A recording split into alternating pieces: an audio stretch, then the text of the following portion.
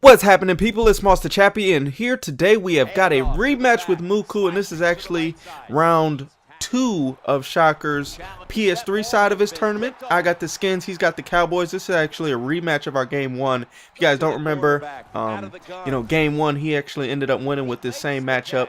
Game 2 I ended up winning with the Raiders with DHB getting a miraculous catch at the end of the game, so he's feeling pretty good, and it's also a little money on this, so definitely a must-win game right here. We got to get our revenge with these Skins, and basically reclaim the dominance. And Mr. D'Angelo Hall, look at the ups. This man is like Jordan out here.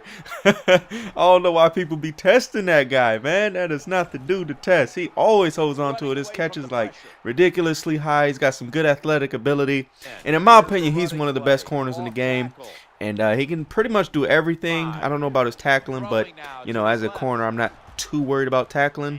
If I need better tackling, I'll just move some linebackers in. So definitely having a lot of fun with these Skins though, man. RG3, in my opinion, is by far the best quarterback in the game. I would say Rodgers is the second best, and then maybe like a Cam Newton or a Kaepernick, Russell Wilson type.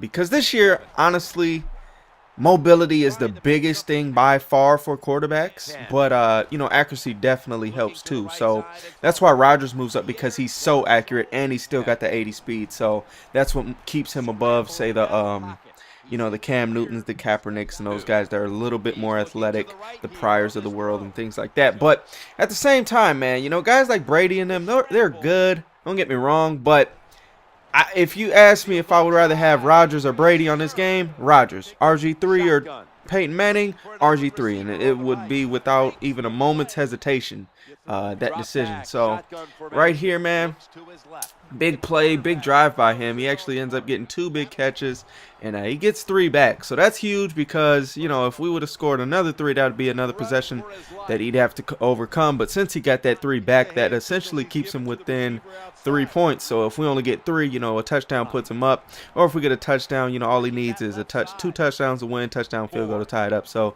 definitely a big field goal there. Definitely a good drive by him with such short amount of time. We played some pretty bad defense throughout this game at spots. He had one thing that was killing us, and he definitely used it effectively, and we didn't adjust really, so that's definitely to blame on the coaching on our end. So right here though, RG3 is getting some lanes, really didn't have any QB spies out there, and you got to take advantage of that mobility. And if they do got a QB spy and they're playing max coverage, you got to go ahead and swerve that spy, man. You got to make them pay. That's the only reason I really like the fact that you can swerve the spies. And woo, let me get that user pick, son. Let's go.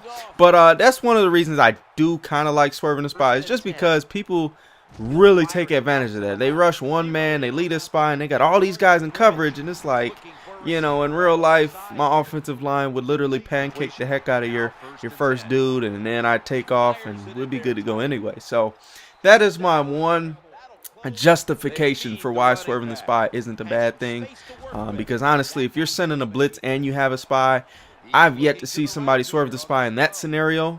I mean, I'm sure it's happened before, but the chances are very, very slim. Most of the time that you can swerve the spy, you have a comfortable pocket you can work with, and then you get the opportunity to swerve them. And right here, we're trying to use up that 2-minute warning, excuse me, but it ends up working out. So we go out at the 1, and we end up getting to use that because we want to use basically all the timeouts that he has, or the ability to stop the clock, and that's definitely one of them right there, is that 2-minute warning.